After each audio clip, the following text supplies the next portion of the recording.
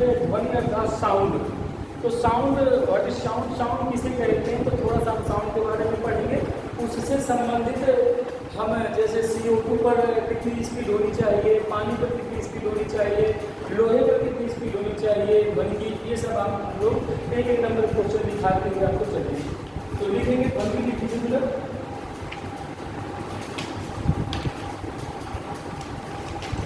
ध्वनि तरंगे अनुदैर्घ्य तरंगे होती हैं।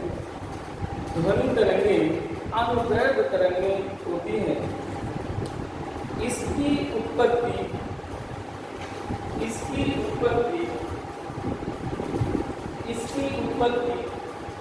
वस्तुओं में कंपन होने से, इसकी उत्पत्ति वस्तुओं में कंपन होने से होती है। वस्तुओं में कंपन होने से होती है। लेकिन सब प्रकार का कंपन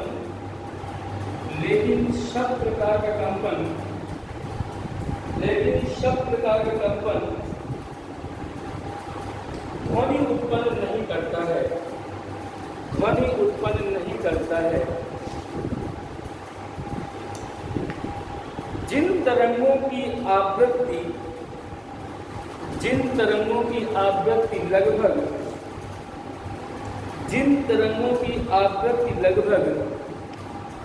20 कंपन प्रति सेकंड से 20 कंपन प्रति सेकंड से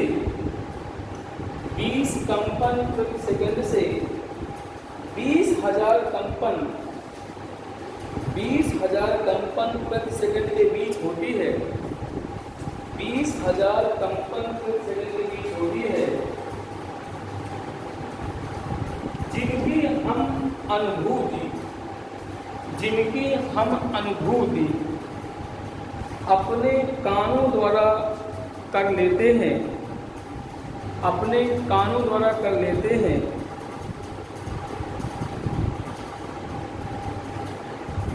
ध्वनि कहलाती है।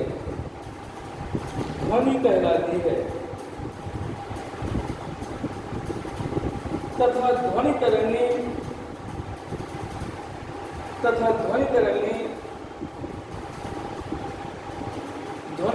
निम्न प्रकार की होती हैं। पहला नंबर ये डाल देना है आपको, अवस्रब्द तरंगे।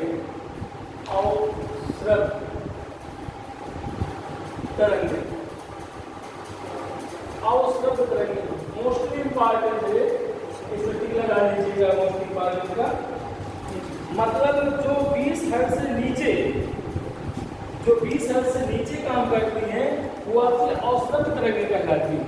और जो 20,000 से 20,000 हर्ट्ज के ऊपर 20,000 से ऊपर चलती हैं वो आपका श्रव्य तरंगे कहलाती है।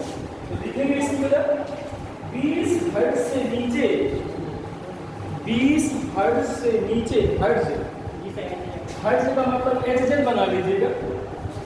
20 हर्ट्ज से नीचे की आवृत्ति वाली 20 हर्ट्ज से नीचे की आवृत्ति वाली ध्वनि तरंगों को अवस्रब्द तरंगे कहते हैं। इसे मनुष्य के कान सुन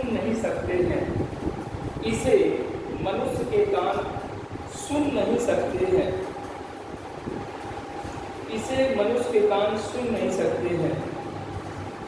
सेकंड नंबर डालना है आपको श्रव्य तरंगे।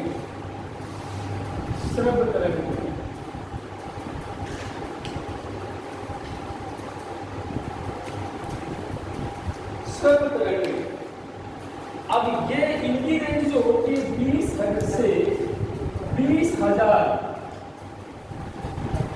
हर्ट्ज तक होती है। तो इसके लिए लिखेंगे 20 हर्ट्ज से 20,000 हर्ट्ज के बीच 20,000 हर्ट्ज के बीच की आवृत्ति वाली तरंगों को श्रव्य तरंगें कहते हैं। श्रव्य तरंगें कहते हैं। श्रव्य तरंगें कहते हैं। इन तरंगों को मनुष्य के कान सुन सकते हैं। इन तरंगों को मनुष्य के कान सुन सकते हैं। अब जानना है पराश्रव्य तरंगें। पराश्रव्य तरंगें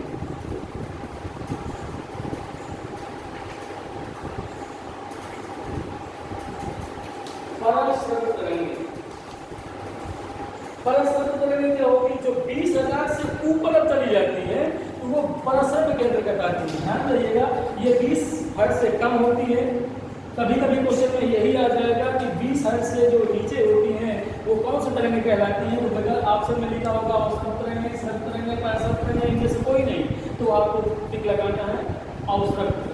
ठीक है, अगर विकल्प में आ जाए कि 20 हर्ट्ज से 20,000 हर्ट्ज के बीच कौन सी तरंगें होती है, तो ऑप्शन में ये तीनों चारों लिखी होंगी आपकी, तो इनमें से आपको श्रव्य तरंगें में टिक लगाना। ठीक है, मोस्टली इम्पॉर्टेंट इससे क्वेश्चन आया करता है, बहुत ज़्यादा इम्पॉर्टेंट यूपीएससी के लिए।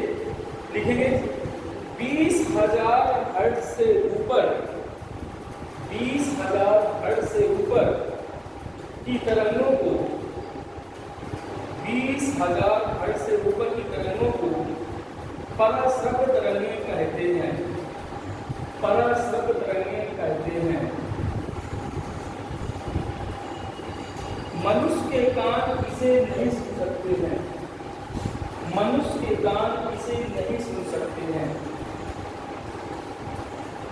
अब इनको सुन कौन सकता है? आपने देखा होगा कुत्ता चाहे जितना मतलब गहरी नींद में सो रहा हो, थोड़ा सा आप एग्जाम्पल के लिए कह देंगे तो तुरंत आपका जागा बैठा है। मतलब आपके विद्यार्थी के 5 लक्षण में 1 लक्षण ये भी लिखा गया होगा, काक चेष्टा भगो ध्यान स्वनिंद्रा। स्वनिंद्रा मतलब कुत्ते जैसी नींद, विद्यार्थी को इसी तरह की नींद होनी चाहिए। ठीक है, कि तुरंत जगाने पर तुरंत जग जाना चाहिए, पता चले वो सो गया शाम को तो सुबह उठ के उठ रहा। ठीक है, तो आप लोग ऐसे न करिए। ठीक है, कुत्ते जैसे नींद सोइए। काक चेष्टा भगो ध्यान स्वनिंद्रा अल्पाहारी ग्रह त्यागी, लेकिन अब तो ग्रह को नहीं त्याग रहा है। ठीक है, खाना भी खा लेते हैं तो लिखेंगे इनको कौन कौन सुन सकता है, उसकी एग्जाम्पल से लिख लीजिए। जब मनुष्य नहीं सुन सकता है तो कौन कौन सुन सकता है? तो कभी कभी विकल्प में आ जाएगा कि पराश्रव्य तरंगों कौन कौन सुन सकता है, उसमें मनुष्य भी लिखा होगा। मनुष्य, कुत्ता, सर्प, बिल्ली या कुछ भी, तो उसमें से आपको ऑप्शन में कुत्ता टिक मारना है कि कौन सा सुन सकता है। तो लिखेंगे जैसे कुत्ता, बिल्ली, चमगादड़ आदि इसे सुन सकते हैं।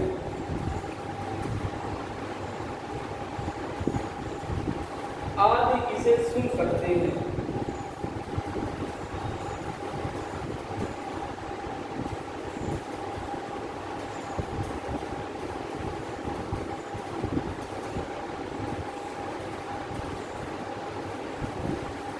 अब डालना है हेडिंग ध्वनि की चाल।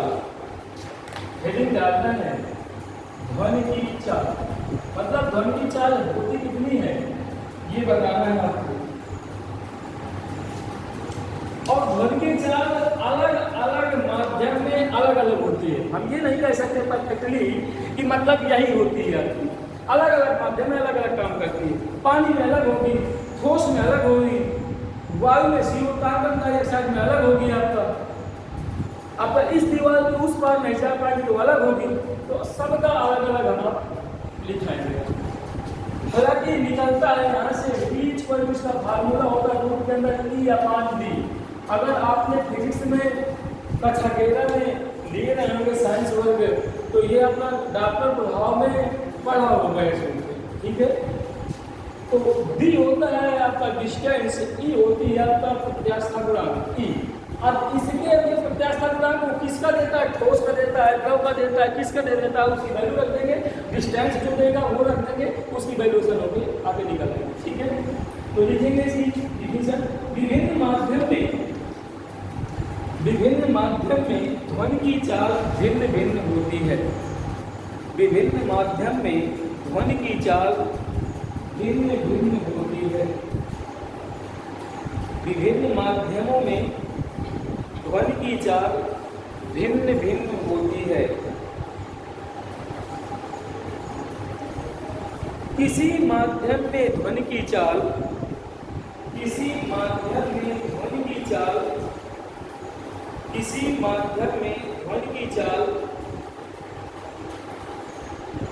प्रत्यास्थता गुणांक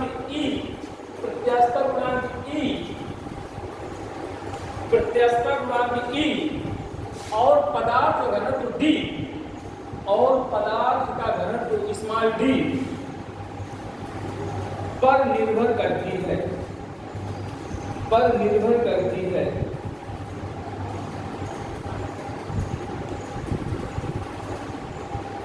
तथा गैसों के सापेक्ष द्रवों में प्रत्यास्थता अधिक होती है। गैसों के सापेक्ष द्रवों में प्रत्यास्थता अधिक होती है तथा ठोसों में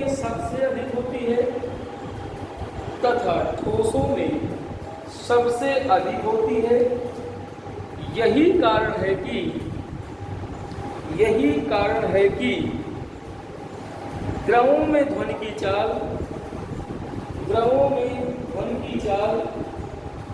गैसों की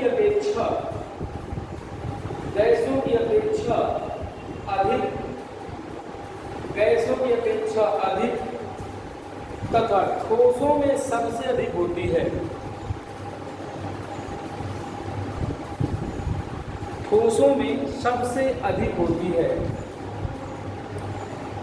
तथा वायु में ध्वनि की चाल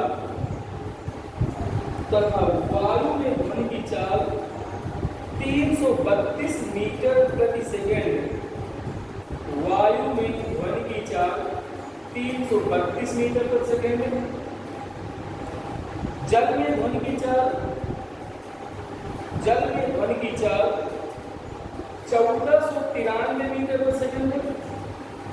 जल में ध्वनि की चाल 1493 मीटर प्रति सेकेंड तथा लोहे में ध्वनि की चाल 5130 मीटर प्रति सेकेंड होती है। लोहे में ध्वनि की चाल 5130 मीटर प्रति सेकेंड होती है। अब कुछ माध्यम है आपके अलग अलग, उन माध्यमों को थोड़ा सा नोट कर लीजिए। ये तो आपको 3 बता दिया गया, ध्वनि में वायु में ध्वनि की चाल और जल में ध्वनि की चाल और लोहे में ध्वनि की चाल।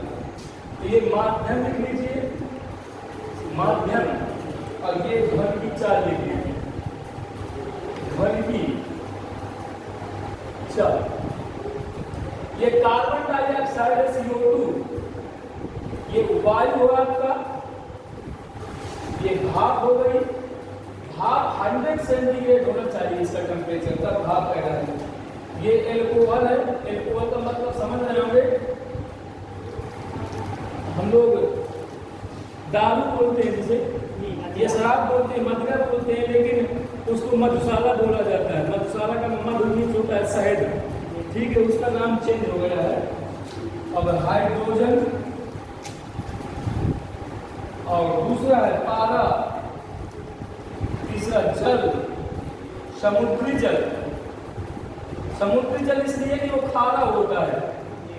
लोहा, कांच,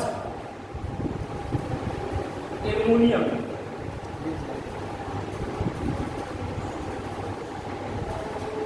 कार्बन में होती है आपका 260 मीटर प्रति सेकंड।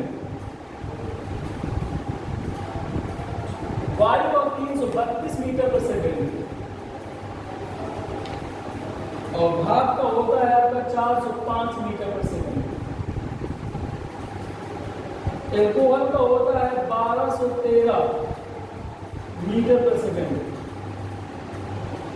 हाइड्रोजन का होता है 1269 मीटर प्रति सेकंड और पारा का होता है 1450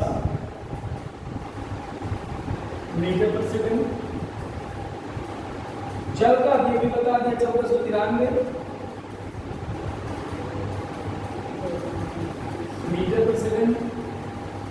समुद्री जल का 1533 मीटर पर सेकंड है। लोहा का 5130 अभी बताया मीटर पर सेकंड है। कांच का 5640 मीटर पर सेकंड है। एल्युमिनियम का 6420 मीटर पर सेकंड। बहुत मोस्ट इंपॉर्टेंट है, इससे एक नंबर का क्वेश्चन 100% मिलता है, चाहे जिस एग्जाम में बैठ लीजिएगा, चाहे जिस एग्जाम में बैठिएगा ये क्वेश्चन आपको इससे जरूर पक्का मिलता है। लेकिन अब ये नहीं कह सकता हूँ कौन सा मिलेगा, ज्यादातर आपको यही मिलता है, ज्यादातर एक लोग मिलता है ज्यादा।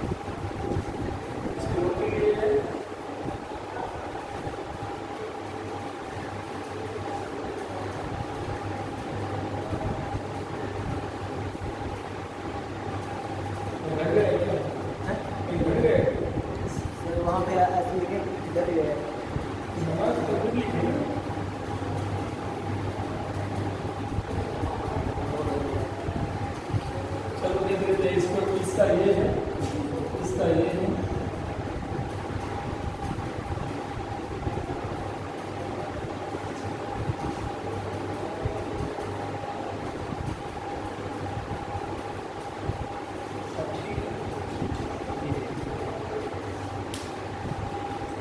अब आगे हमारे ध्वनि के लक्षण। ध्वनि के लक्षण का मतलब होता है आवृत्ति। आवृत्ति का मतलब होता है कि उसमें आपका मिला रहता है आपका तारक, तीव्रता।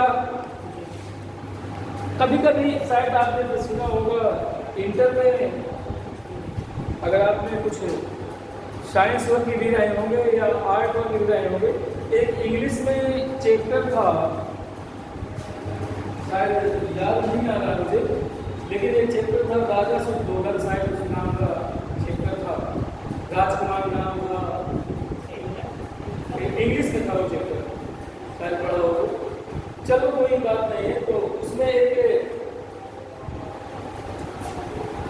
टॉपिक था, या कभी आपने सुना होगा जो बजाया जाता है ऐसे करके या ऐसे करके बजाया जाता है, उसको कुछ कहते हैं स्टार वगैरह, सितार। उनको हम लोग अगर जो तार जब ढीले हो जाते हैं या कस देते हैं तो कसने पर कैसे बजता है, जब ढीला हो जाता है तो कैसे बजता है, ये उन्हीं पर डिपेंड करता है जो उनका मास्टर होता है। या जब ढोलक या नाल जब कभी बजाने वाला ट्राई करता है तो घंटों को तबला को इधर उधर करता है, ऐसे करता है, फिर ऐसे करता है, फिर मतलब रिंच से कसता है, तो हमें लगता है टाइम पास है कर रहा है। वो टाइम पास नहीं कर रहा, असल में वो अपनी ताल को, तारक को, तीव्रता को बढ़ाने के लिए उसको ऐसे कसता है, बजाता है कि अब ठीक बज रही कि नहीं बज रही, इसका तारक तो अधिक दूर तक जा रहा है कि नहीं जा रहा, अधिक तीव्रता तक सुनाई दे रही कि नहीं दे रही। इसका मतलब ये। तो हम आपको कभी कभी आपने देखा होगा, हमारी जितना हम बोल दें, लेकिन हमारी तीव्रता कम है, तारक तो हमारा ज़्यादा है, लेकिन जो जिसकी आवाज़ पतली होगी उसका तारक तो क्या होगा, ज़्यादा होगा, तीव्रता उसकी कम होगी। मच्छर की तीव्रता तारक तो सबसे अधिक होता है, आपने पढ़ा होगा शायद पुस्तक में, क्योंकि मच्छर जब भिनभिना के आवाज़ करता है ना तो हम काफ़ी दूर से सुन लेते हैं उसको, ठीक है। लेकिन हम चाहे जितनी दूर तक आवाज़ दें, चाहे इसके ऊपर बाहर तक नहीं जा सकती है आवाज़, तो हमारी तीव्रता तो ज़्यादा है लेकिन ताकत तो हमारा कम है, ठीक है। इसलिए शायद जिसकी आवाज़ पतली होती है उसके ताकत ज़्यादा होता है, उसकी तीव्रता कम होती है। तो हम तीव्रता और ताकत में ऐसा थोड़ा सा पढ़ेंगे, जानेंगे क्या है क्या नहीं। क्वेश्चन आया भी है तो पिच से देता है सर, पिच से यानी तारक का अधिकतर आता है। डेसिबल से नापा जाता है उसको। वो तो ठीक है, मतलब जो आप बोल रहे थे पिच की डिक्रीशन आती है, बीएससी में भी आता है चैप्टर है। हाँ पिच वाला। हाँ, पिच वाला। तो लिखेंगे ध्वनि के लक्षण।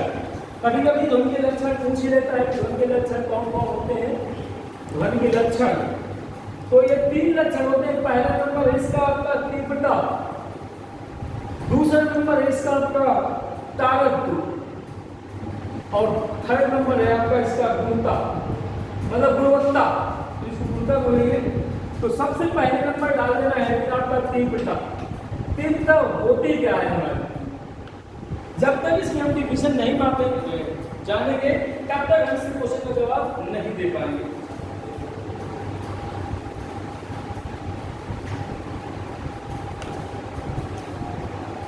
लिखेंगे तीव्रता ध्वनि का वह लक्षण है, तीव्रता ध्वनि का वह लक्षण है,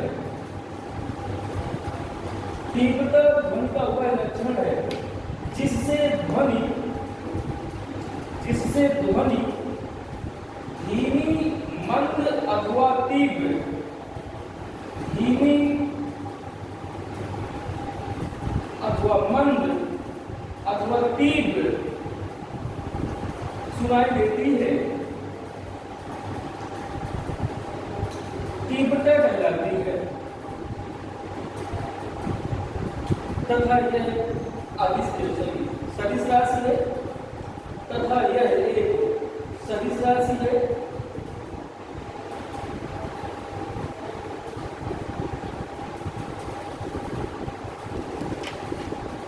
इसका मात्रक माइक्रोवाट प्रति मीटर स्क्वायर होता है।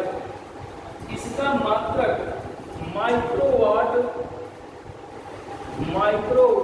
प्रति मीटर स्क्वायर होता है। इसका मात्रक माइक्रोवाट प्रति मीटर स्क्वायर होता है।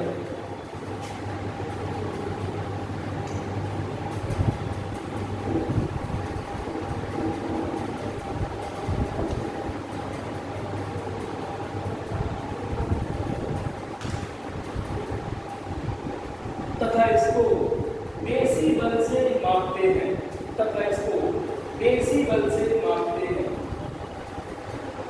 तथा इसको डेसिबल से मापते हैं। तो इसमें आपको थोड़ा सा लिखना है, ध्वनि के स्रोत है, ध्वनि के स्रोत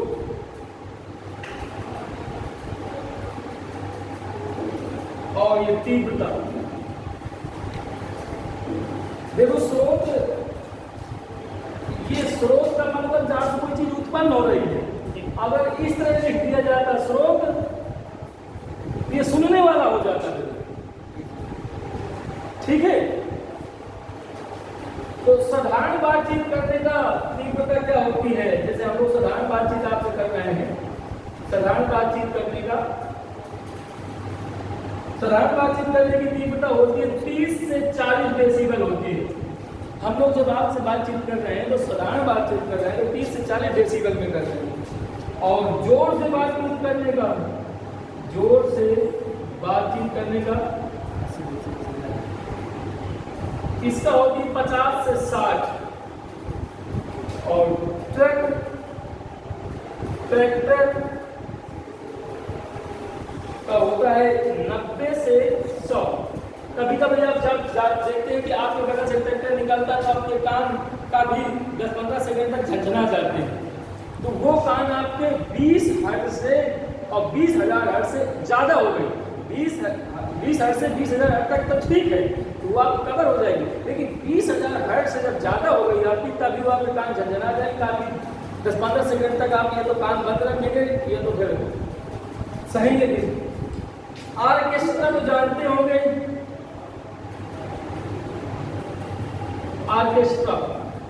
ऑर्केस्ट्रा का मतलब नौटंकी जिसे कहते हैं। जैसे अभी अपने नौदेवियों में कुछ ऑर्केस्ट्रा किए जाते रहे, उनकी आवाज होती है 100, उनका 100 डेसिबल की तीव्रता मापी जाती है।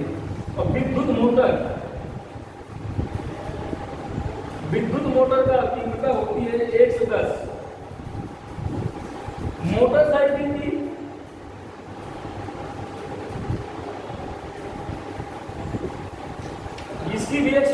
है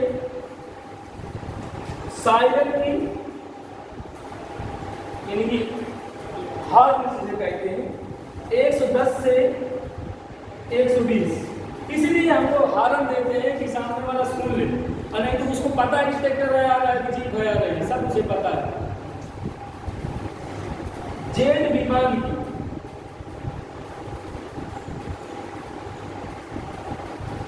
140 से 150 तक होती है। मशीन गन की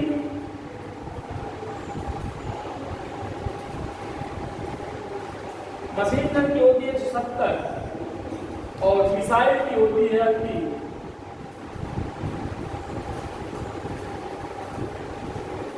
180।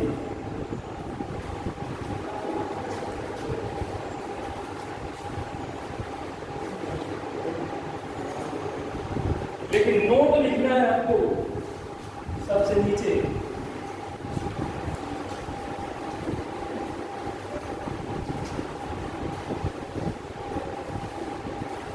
ये इतना लिखने के बाद इससे संबंधित एक क्वेश्चन जरूर आता है।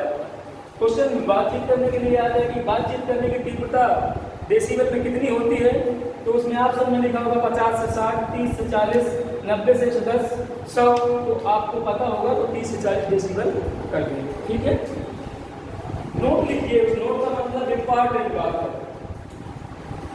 WHO का मतलब समझ रहे हैं ना, विश्व स्वास्थ्य संगठन दिवस। WHO के अनुसार 45 डेसिबल ध्वनि मानव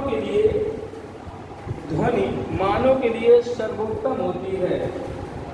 ध्वनि मानव के लिए सर्वोत्तम होती है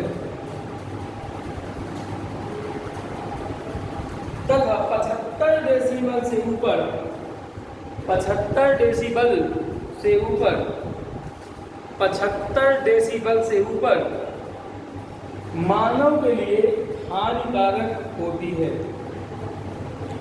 मानव के लिए हानिकारक होती है।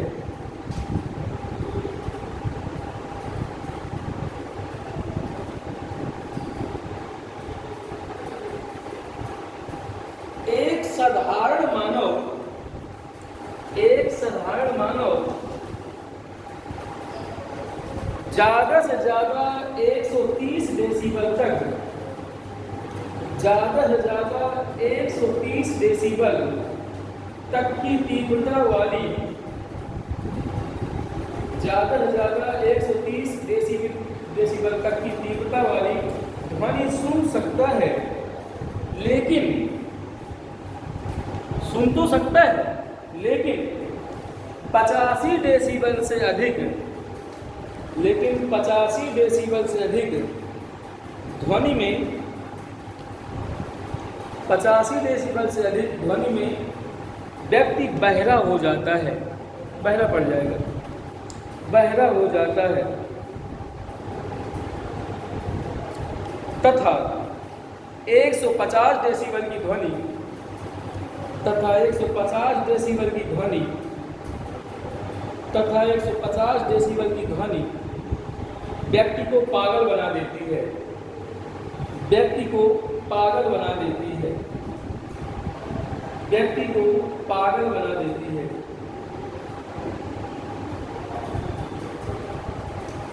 हाँ, तो दूसरा नंबर ये हमारा तारक। अब तारक तो हमारा क्या है, तो हेडिंग डाल देना है तो तारक।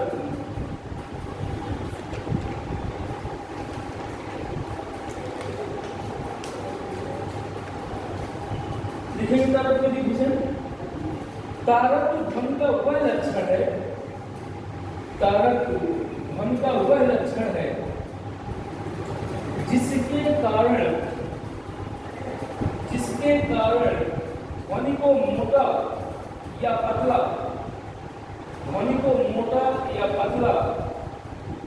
कहा जाता है।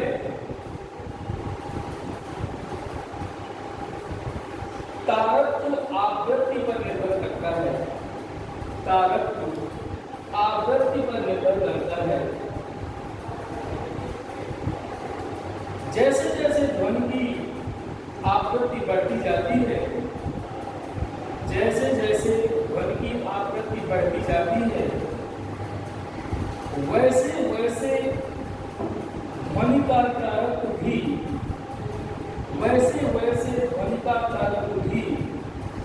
बढ़ता जाता है, वैसे वैसे ध्वनि का कारक भी बढ़ता जाता है।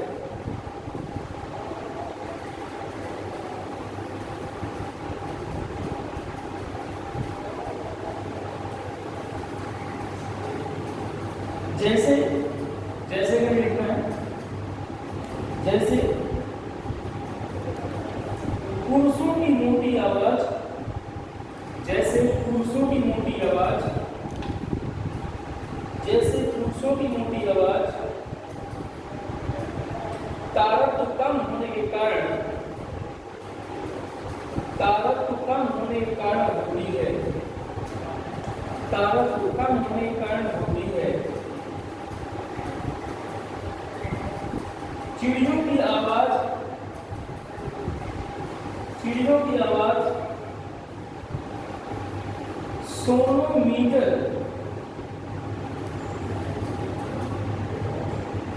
चिड़ियों की आवाज कामा लगा देना, चिड़ियों की आवाज में कामा लगा देना, जैसे मनुष्य की आवाज हो गई, चिड़ियों की आवाज हो गई, ये तरह के कार से कम होती है। आगे सोनोमीटर, सोनोमीटर एक यंत्र होता है, उसको बजाया जाता है, सितार के जैसे ही होता है। सोनोमीटर के पतले तने हुए, के पतले तने हुए तार से, के पतले तने हुए तार से निकलने वाली ध्वनि, निकलने वाली ध्वनि कामा मच्छरों की भिनभिनाहट, कामा मच्छरों की भिनभिनाहट अधिक तारक के कारण, अधिक तारक के कारण, अधिक तारक के कारण ध्वनि अधिक होती है, ध्वनि अधिक होती है।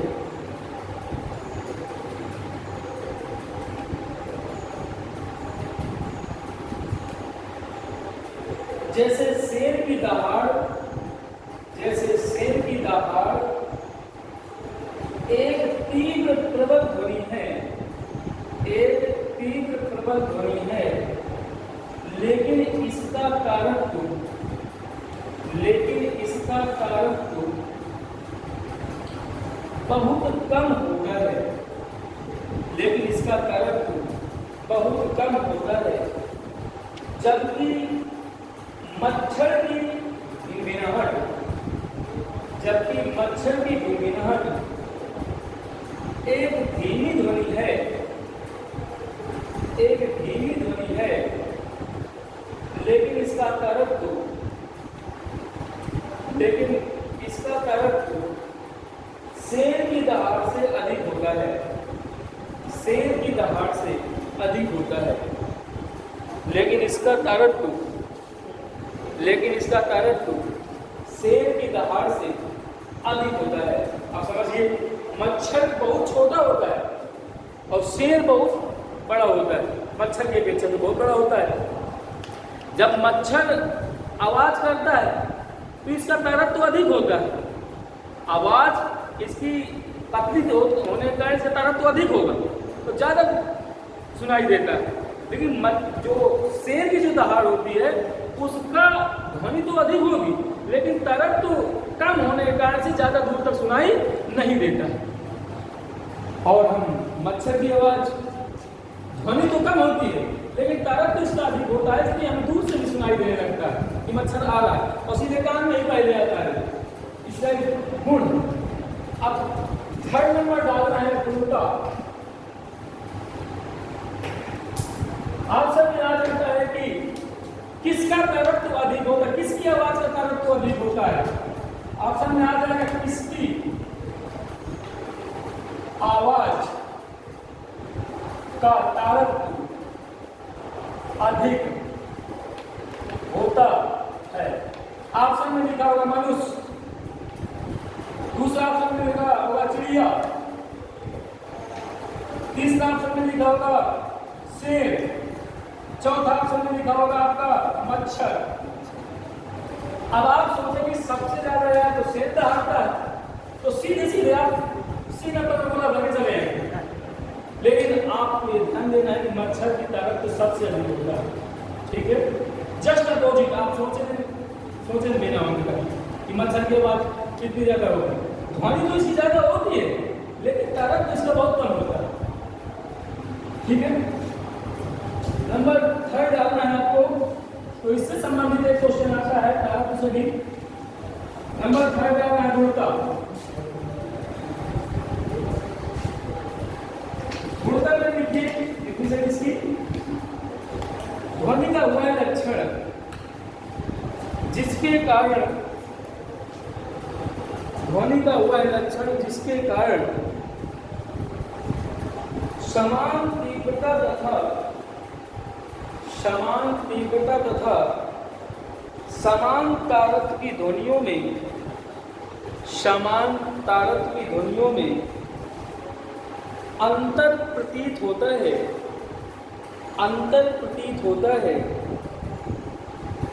गुणता कहलाता है।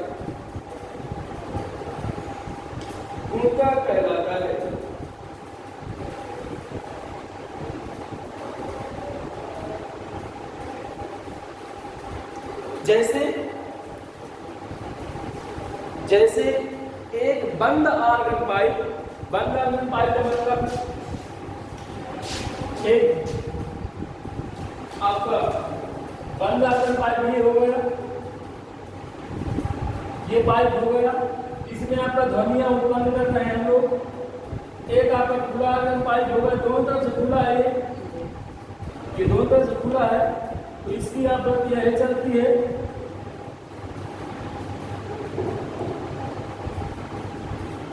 इसकी ऐसी चलती है, टकरा के चलती है।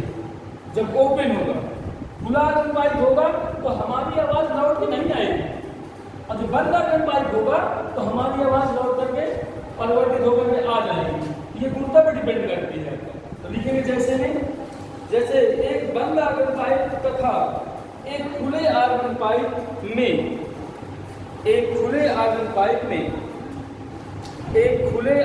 पाइप में समान आवृत्ति का मूल स्वरक उत्पन्न हो रहा हो, हाँ, एक बंद आर्गन पाइप तथा एक खुले आर्गन पाइप से समान आवृत्ति का मूल स्वरक उत्पन्न हो रहा हो तो भी दोनों से उत्पन्न ध्वनियों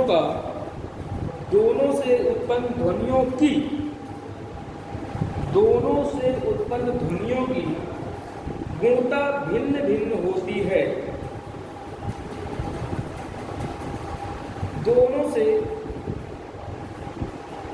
उत्पन्न ध्वनियों की गुणता भिन्न भिन्न होती है, क्योंकि बंद आर्गन पाइप में निकलने वाली ध्वनि में केवल विषम सन्नादी उत्पन्न होते हैं।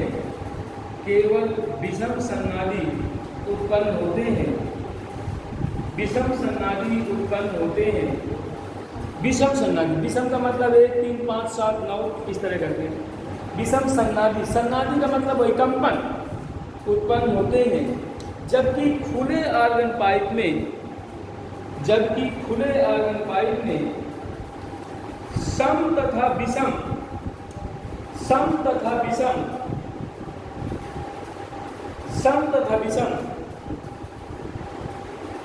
देख लीजिए, इसमें एक ही उत्पन्न होगा, देख लीजिए चित्र बना दिया, इसमें एक ही उत्पन्न हुआ, इसमें 1 2 3 और आगे जाएगा 4, इसमें सम और विषम दोनों उत्पन्न होते हैं। खुले आर्गन पाइप में सम और विषम दोनों सन्नादी उत्पन्न होते हैं।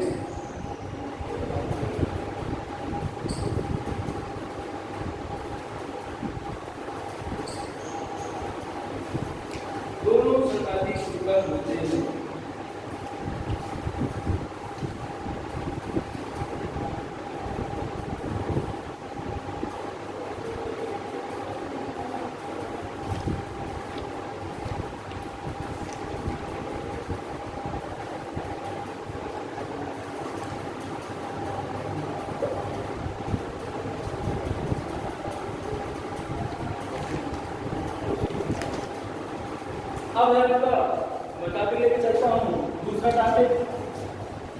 ये टॉपिक मेरा खत्म हो गया है ध्वनि वाला पूरा। अब मैं टॉपिक लेके चलता हूँ दूसरा।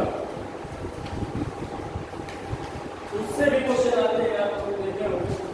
हीट अर्थात उष्मा बहुत इंपॉर्टेंट क्वेश्चन है टॉपिक के लिए, ये भी इंपॉर्टेंट है।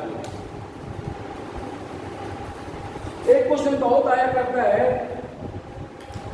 कि ऐसा कौन सा ताप है जो सेंटीग्रेड और फारेनहाइट में बराबर रहते हैं।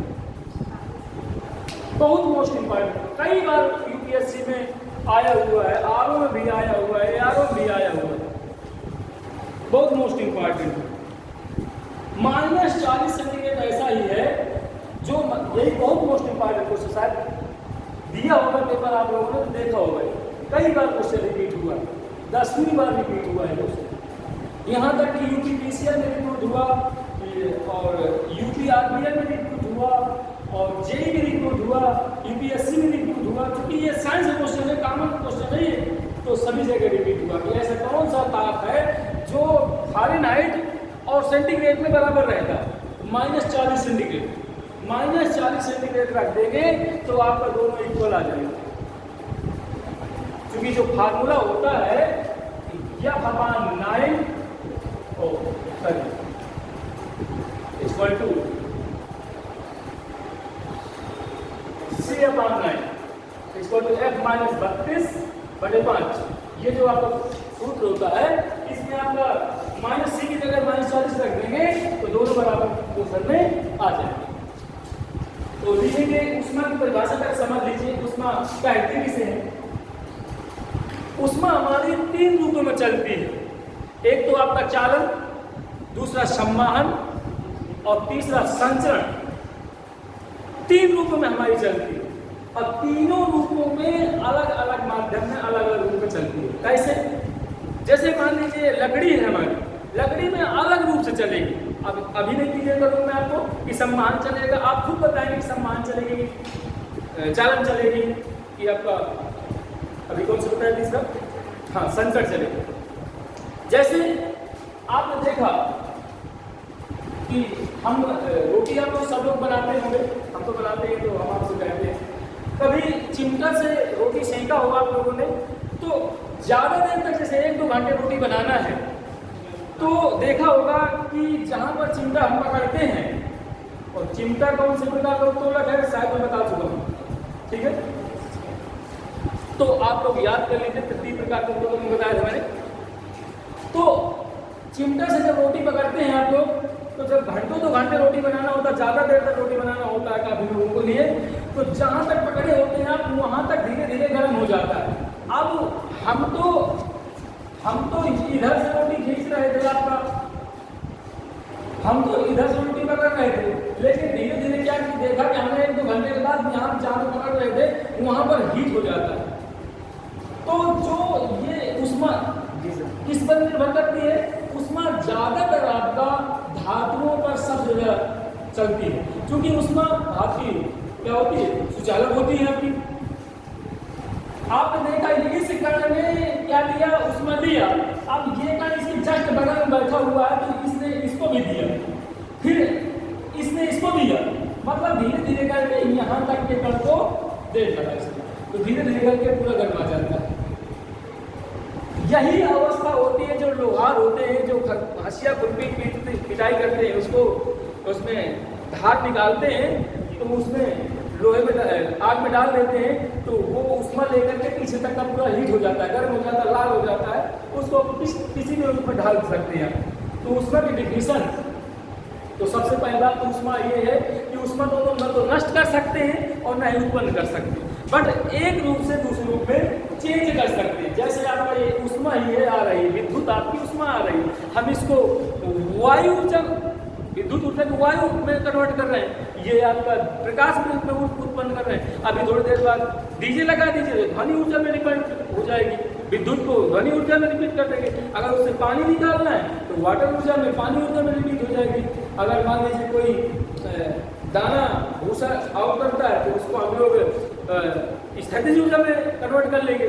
मतलब विद्युत को यानी ऊष्मा को नष्ट नहीं किया जा सकता, एक रूप से दूसरे रूप में कन्वर्ट किया जा सकता है। तो कार्य के ऊष्मा की परिभाषा, ऊष्मा कहते किसे है? ऊष्मा एक प्रकार की ऊर्जा है, ऊष्मा एक प्रकार की ऊर्जा है जो दो वस्तुओं के बीच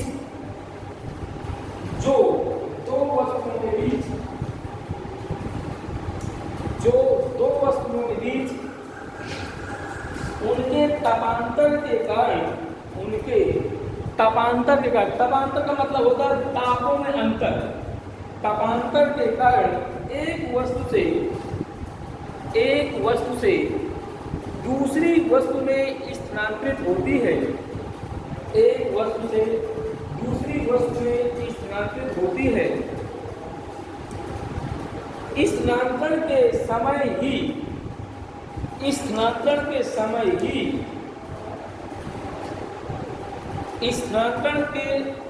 समय ही ऊर्जा ऊष्मा कहलाती है, ऊर्जा ऊष्मा कहलाती है।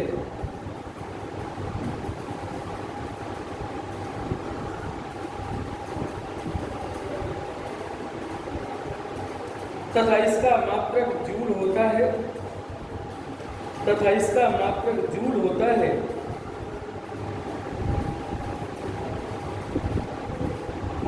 इसलिए इसे जैसे व्यक्त करते हैं, जैसे जूल एक वैज्ञानिक है जो ऊष्मा को सर्च कैसे किया था? पर उसके बर्फ के 2 टुकड़े ले लिया था, उनको आपस में रगड़ना चालू कर दिया था। आप उसने देखा कि रगड़ने से जो बर्फ थी वो पिघलना चालू हो गई। तो उसने सोचा कि जब 2 टुकड़े आपस में ले रहे हैं और रगड़ने से ये पिघल रही है तो इसका मतलब है कि ऊष्मा प्राप्त हो रही है। तो फिर उन्होंने हाथ को रगड़ना चालू किया, हाथ को रगड़ने से भी ऊष्मा उत्पन्न होने लगी उसको। फिर एक आपका रमफोर्ड वैज्ञानिक थे, रमफोर्ड वैज्ञानिक ने बिल्ली की खाल और आग की लकड़ी, बिल्ली की खाल और आग की लकड़ी को आपस में दोनों रगड़ा तो भी चिंगारी उत्पन्न होने लगी। उसमें भी देखा यार कि इसमें भी हीट हो रही है, उसमें उत्पन्न हो रही है। तो आपने देखा होगा जो ऊनी कपड़े होते हैं, अंधेरे कमरे में आप अगर जो सूटर होती है अपनी, जो ऊनी कपड़े और ऊन हो उसको आप उतारिए तो हल्का चिचिराहट की उत्पन्न होती है। शायद देखा होगा तो ऐसा लग रहा है कि आग लग रही है क्या? तो आग नहीं लग रही है, असल में शायद आपने सुना होगा एक पश्मीना भेड़ होती है, शायद जो डीपली पढ़ा होगा इसको, जो एक्चुअली में यूपीएससी की तैयारी कर रहा होगा तो डीपली पढ़ना पड़ता है। देखिए हमने भी तैयारी किया लेकिन हम हारी बांध के बैठ गए क्योंकि एज ओवर हो गई, 32 साल तक रहती है, हमारी 32 खत्म हो चुकी है। तो पश्मीना जो साल होता है, नाम सुना होगा, मालूम बहुत महंगा रहता है, वो जम्मू कश्मीर में ही मिलता है, बाकी यहाँ नहीं, हम लोगों के पास आते आते वो आ ही नहीं पाता है पहले। तो पश्मीना नाम से एक भेड़ होती है, मोबाइल में सर्च करिएगा और कई बार क्वेश्चन रिपीट हुआ है कि साल किसके बनाए जाते हैं। साल तो बहुत बनते हैं लेकिन पश्मीना भेड़ से बनाए जाते हैं साल, ठीक है। जो वहाँ के जम्मू कश्मीर में हमारे फौजी भाई हैं वो जब भी कपड़े पहनते हैं, उन्हीं कपड़े तो वो पश्मीना बकरी से ही उनको दिया जाता है। बहुत इम्पॉर्टेंट क्वेश्चन है, आपको बता दिया मैंने। जो कंबल वगैरह आते हैं तो कंबल तो अभी यहाँ डुप्लीकेट है, आते हैं लोग, नहीं लोग बोला करते हैं कि जम्मू कश्मीर वाला कंबल काफ़ी, तो वो ऐसे कहीं मेरा बेच रहे हैं। जम्मू कश्मीर का कंबल में आप अगर ले लेंगे ना, सिर्फ ठंडी में वही पतला सा रहता है, उसी को ओढ़ लेंगे आप तो ठंडी के नामो निशान नहीं आपके पास आएगा। समझ लीजिए कितना इम्पॉर्टेंट है पश्मीना साल। पश्मीना भेड़ का जो बाल होते हैं बहुत इम्पॉर्टेंट है, तो आप कहीं नोट कर लीजिए। पश्मीना साल किससे बनाया जाता है? पश्मीना भेड़ से बनाए जाते हैं। बहुत मोस्ट इम्पॉर्टेंट क्वेश्चन है, आप अगर डीपली पढ़ते होंगे तो इसको तैयार होगा, ठीक है। तो मैं कहाँ था? हाँ, उसमें ही पढ़ा रहा था। तो वैज्ञानिक हमारे रमफोर्ड जी ने ये देखा कि यार जब आप उसकी लकड़ी अब बिल्ली की खाल को जब आपस में रगड़ रहे हैं तो चिंगारी उत्पन्न हो रही है, तो इससे हमारे इलेक्ट्रॉन भी उत्पन्न हो सकते हैं। तो उन्होंने देखा कि यार जब इससे ये हो सकता है तो फिर एक पेन लिया गया, तो अपने ही बालों में रगड़ना चालू कर दिया, तो छोटे छोटे कण आपके चिपक गए। अब चिपकते किस में, तो उसमें सर्च ये पाया गया कि किस में चिपकते हैं, धन आयन में चिपकते हैं कि ऋण आयन में चिपकते हैं। भाई अब ये बाल में हमारा घिसा हमने इसको बालों में, लेकिन अब इसमें चिपक रहे हैं, तो ये कौन सा आयन हुआ, धन आयन बना कि ऋण आयन बना। तो आप खुद ही समझ लीजिए, आपके पास जब पैसा होगा, भैया के पास पैसा होगा, आपने देखते होंगे जो लड़के घर से ज़्यादा अमीर होते हैं तो उन्हीं के पास 4-6 लड़के उसके पीछे घूमते ही रहते हैं खिलाने पिलाने के लिए, और कुछ नहीं होगा तो उसके पास अकेले रहेंगे वो। तो समझ रहे होंगे कि धनायन किस में होगा, तो धनायन किस में उत्पन्न होगा, क्यों उत्पन्न होगा, हमने बताया ना आपसे कि जब इसको रगड़ना चालू किया हमने, तो आपके जो कण हुए, धूल के कण या कागज के कण चिपके, तो धन आयन के कारण इसमें चिपके गए। ऋण आयन होगा तो आप चिपकता ही नहीं, ठीक है। तो उसमें की परिभाषा देख लिया आपने, J बराबर होगा इसका, J बराबर W/Q, ठीक है।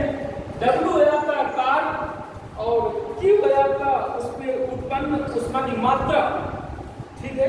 यहाँ से W बराबर निकाल आता है J × Q या Q × J। बहुत मोस्ट इंपॉर्टेंट समीकरण है, कभी कभी आ जाता है कि ऊष्मा के लिए समीकरण सही क्या लिखा है, तो इस तरह से बन के आ जाता है। अब लिखना है नोट,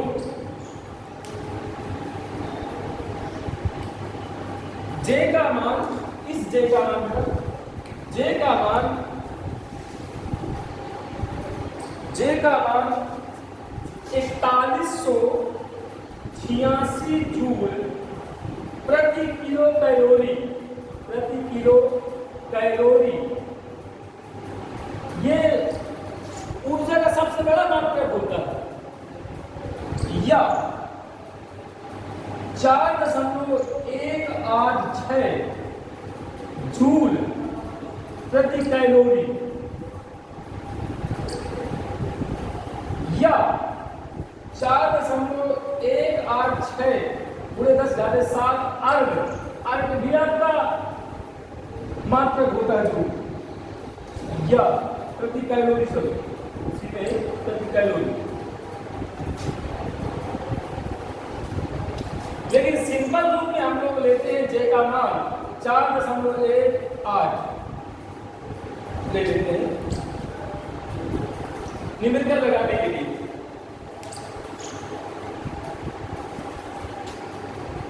न्यूमेरिकल लगाने के लिए इसका मुझे लेते हैं।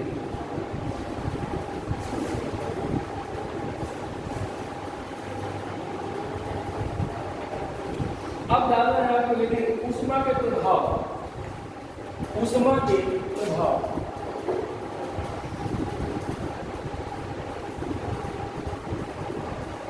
ऊष्मा के प्रभाव को आप अच्छी तरह जानते हैं। अगर आप किसी भी लोहे को आग की भट्टी में डाल दीजिए, इसके बाद इसको किस रूप में ढाल दीजिए, अब ये कबाड़ बन के जाता है जो भी लोहा, तो सब फैक्ट्री में जाता है। आपकी चेयर टूट गई है, उसको भिगा कर फिर से दूसरी चेयर बन के आ गई, ठीक है। तो देखिए ऊष्मा के प्रभाव, ऊष्मा के प्रभाव में एक नंबर लिखेंगे भौतिक परिवर्तन, भौतिक परिवर्तन।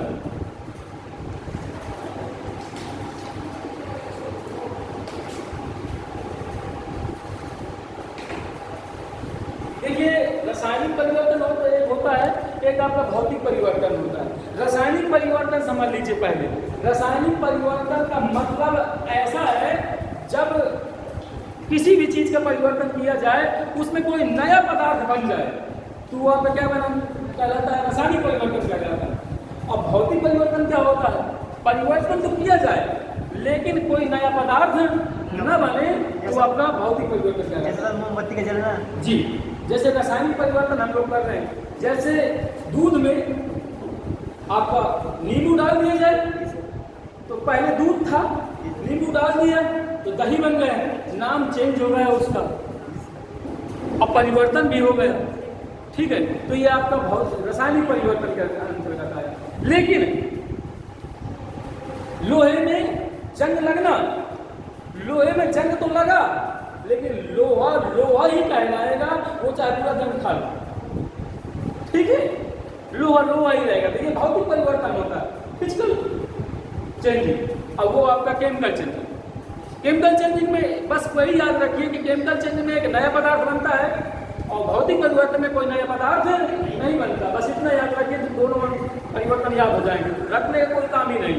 तो लिखिए भौतिक परिवर्तन में किसी वस्तु पर उष्मा के किसी वस्तु पर उष्मा के प्रभाव से उसके भौतिक संरचना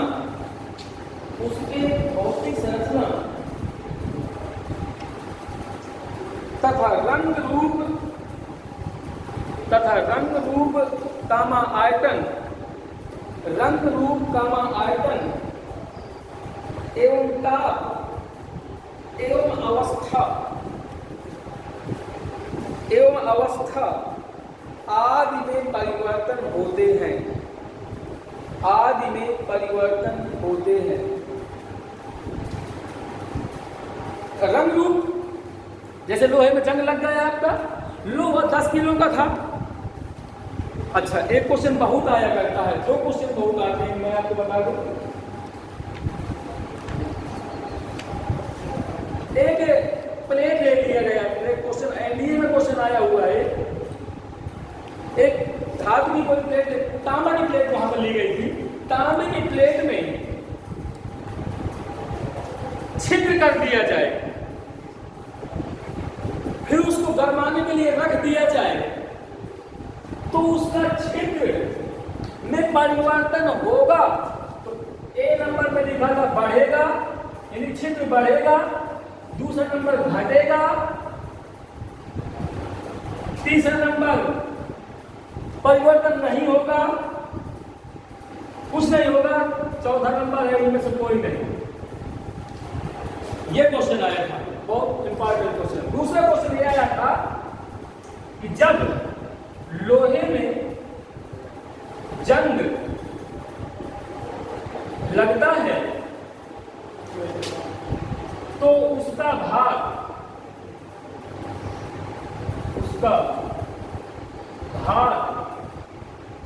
नंबर 1 कम हो जाता है, नंबर 2 बढ़ जाता है, नंबर 3 दोनों कुछ नहीं, परिवर्तन नहीं करता है, नंबर 4 आपका क्षेत्रफल बढ़ जाता है या आयतन बढ़ जाता है। अब बताना है कि इसमें क्या होगा। भार बढ़ जाता है, भार बढ़ जाता है, जी सर, ठीक है, लेकिन लोहा लोहा ही रहेगा। यही तो भौतिक परिवर्तन में आपका आया कि उसके रंग अगर लोहा पहले से जो फैक्ट्री से निकल के आया है तो जंग लग जाएगा तो उसका रंग बदल जाएगा और रूप भी बदल जाएगा, खुरदरा हो जाएगा। आयतन थोड़ा सा खुरदरा हो जाएगा, बढ़ जाएगा उसमें, तो आयतन थोड़ा वृद्धि हो जाएगी उसमें। ताप, अगर उसको गरमाएंगे तो ज़्यादा देर तक हीट करना पड़ेगा, तब उसमें परिवर्तन आएगा। अवस्था में कहीं खुरदरा ब्रस्ट हो जाता है, कहीं आपका प्लेन होगा तो कहीं कुछ हो जाएगा। इन चीज़ों में परिवर्तन, भौतिक परिवर्तन होता है, लेकिन नाम नहीं बदलेगा, बता दिए, लोहे का लोहे रहेगा। नंबर 2 नंबर डालना है क्या, रासायनिक परिवर्तन।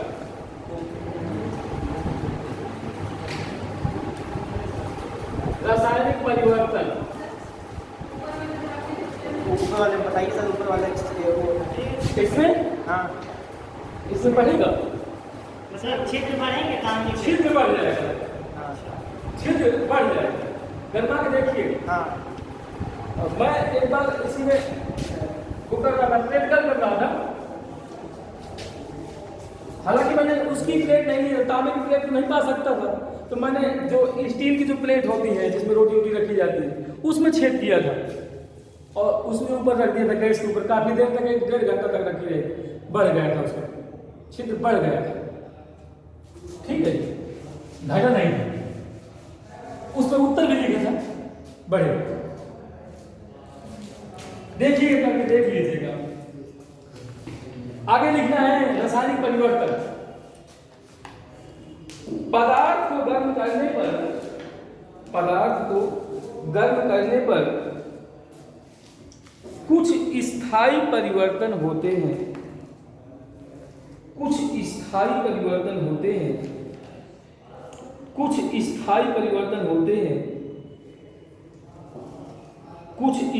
परिवर्तन होते हैं।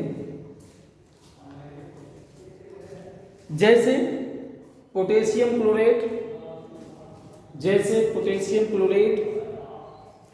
और मैंगनीज डाइऑक्साइड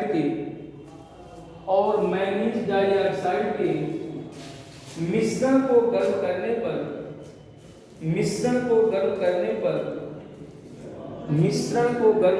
पर ऑक्सीजन गैस मुक्त हो जाती है। ऑक्सीजन गैस मुक्त हो जाती है।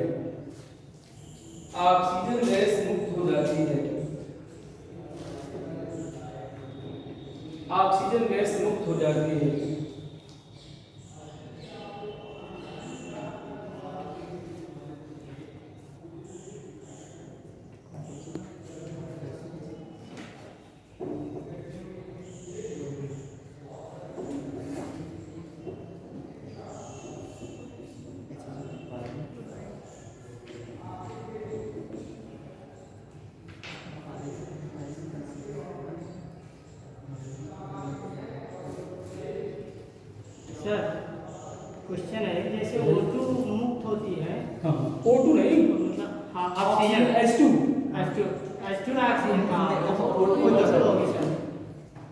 अभी मैंने कहा ना ऑक्सीजन O2 जैसे वो मुक्त होगी सर तो उसमें कौन सा आवेश रहेगा? मुक्त होने पर आपका माइनस चार्ज रहेगा। मुक्त होने पर। चलो अगला क्वेश्चन देखिए।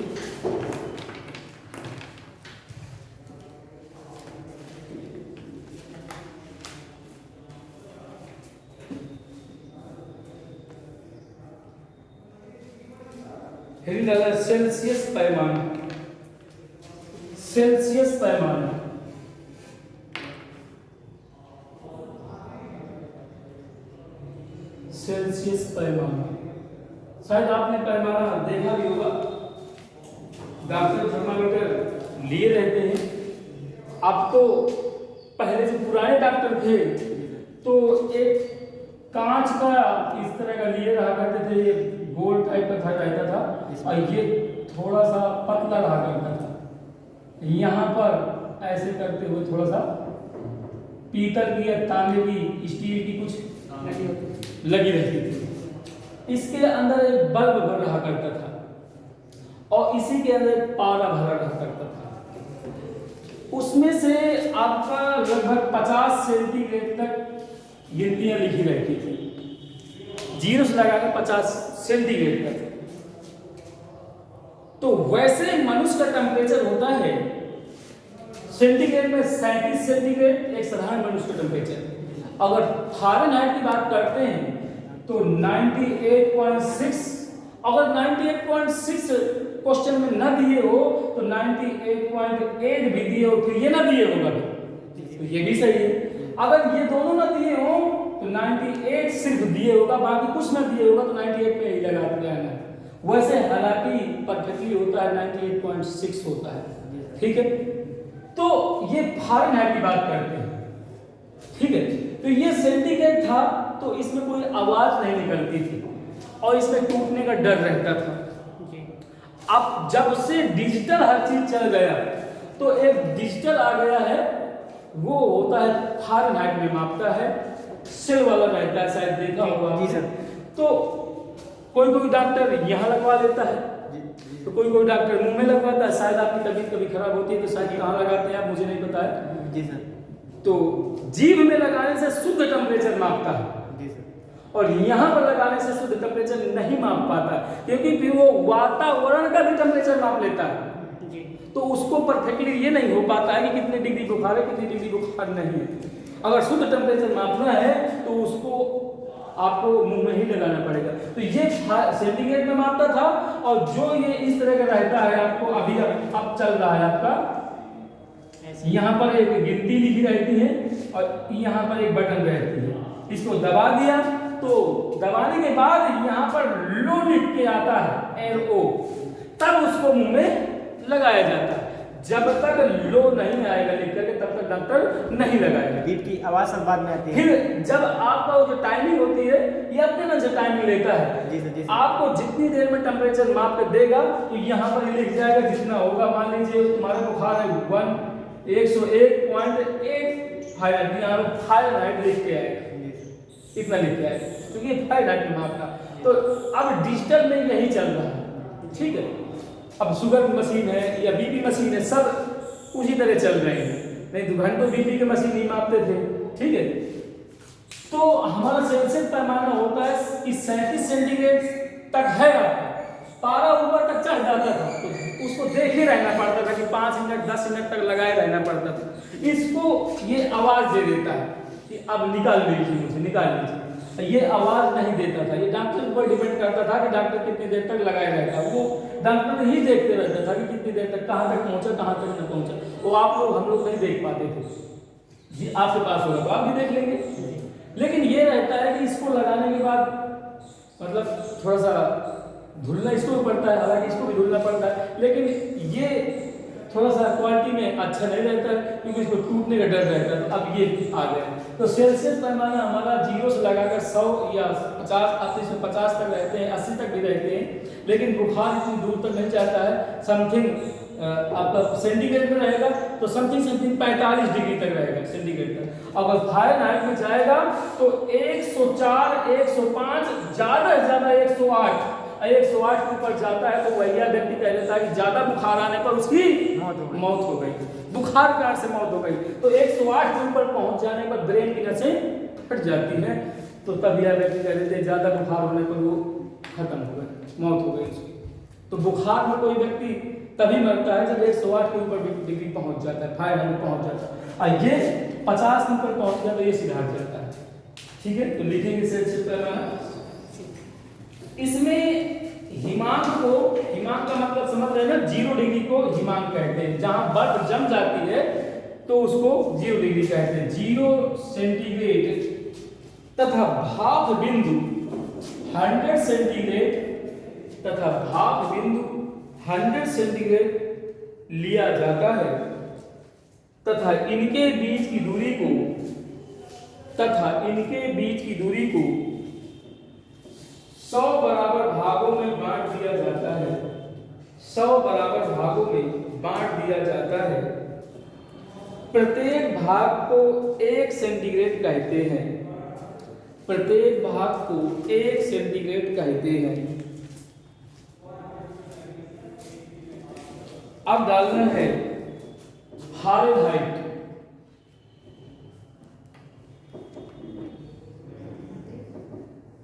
फारेनहाइट पैमाना,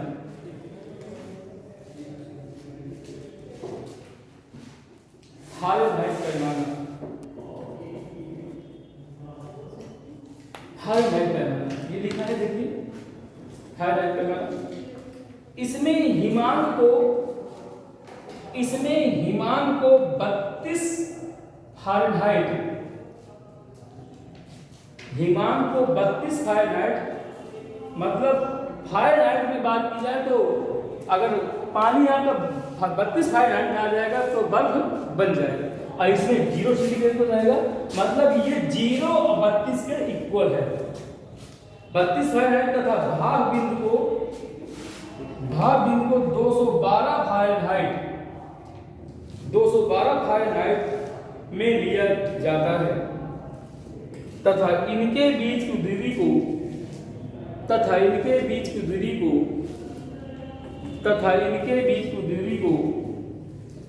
180 बराबर भागों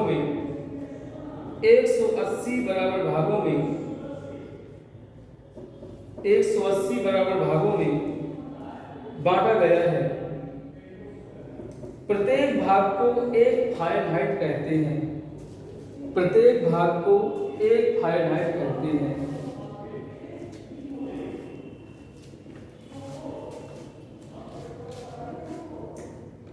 तो बहुत मोस्ट इंपॉर्टेंट है जो क्वेश्चन आया करता है, सेल्सियस लिख लीजिए, सेल्सियस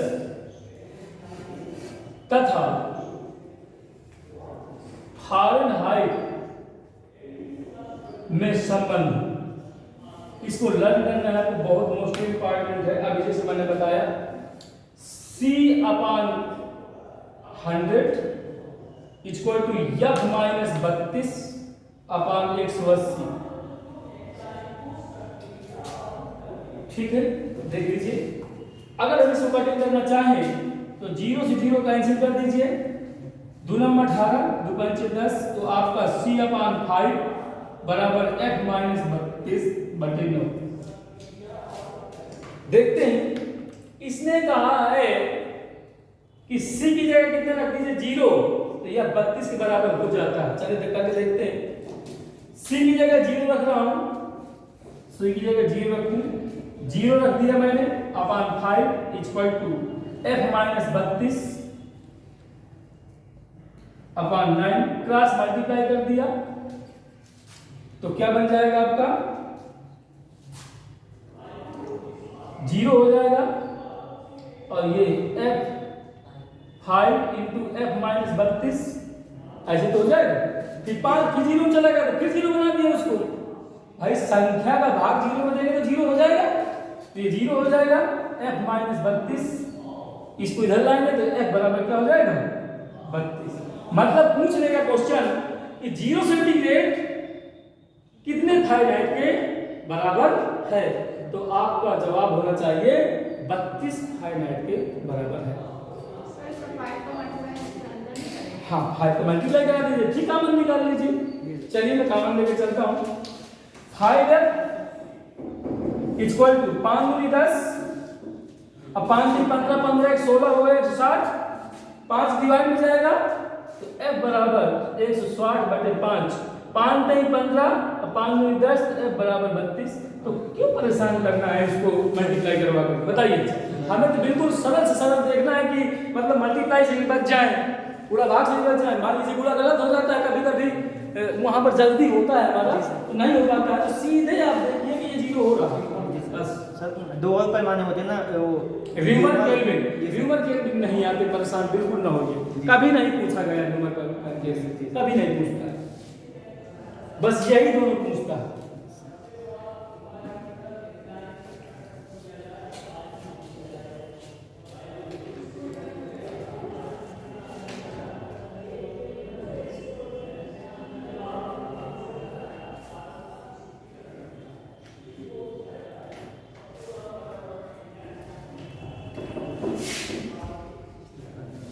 कुछ इंपॉर्टेंट फैक्ट है, देख लीजिए, और ये उसमें खत्म कर देते हैं। एक क्वेश्चन आया करता है तो वो भी बता दूंगा मैं। ये पदार्थ है आपके, ये सेंटीग्रेड में उष्मा है, कि मतलब ये शीशा है, शीशा का सेंटीग्रेड कितना होता है 0.003 सेंटीग्रेड होता है। मतलब 0.03 सेंटीग्रेड में अगर इसको हीट कर देंगे तो ये पिघल जाएगा। पीतल को 0.09 में हीट कर देंगे पिघल जाएगा। लोहा 0.11, कार्बन 0.17, एक साथ, बालू 0.0। हालांकि मुझे सिलिका लिखना चाहिए, वैज्ञानिक भाषा में बालू को सिलिका बोलते हैं, SiO2 सिलिका।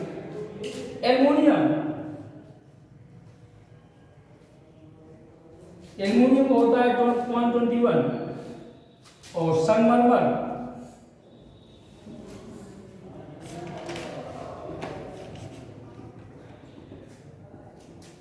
ये भी 0.21 होता है। मैग्नीशियम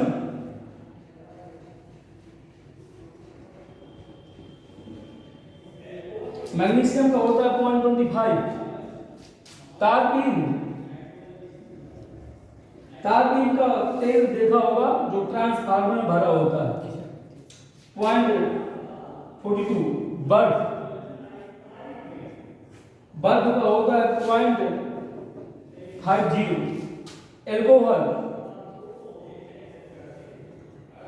एल्कोहल का होता है 0.60। और पानी 1 सेंटीग्रेड में अगर गर्म करेंगे तो वो भाप बनना शुरू हो जाता है। और जब 100 सेंटीग्रेड कर देंगे ना उसको तो पूरा भाप बन के उड़ जाएगा, फिर आपको देखने को नहीं मिलेगा। ठीक है, तो फिर आज का हम यही खत्म कर देते हैं। नेक्स्ट राउंड में कभी कभी मिलता हूँ आपसे। तो इसी के थोड़ा सा चैप्टर रह गया है इसी उसमें का ही, तो और बता दूंगा आपको। अगर मेरी क्लास लगती तो नहीं लगेगी तो फिर तो बात की बात है।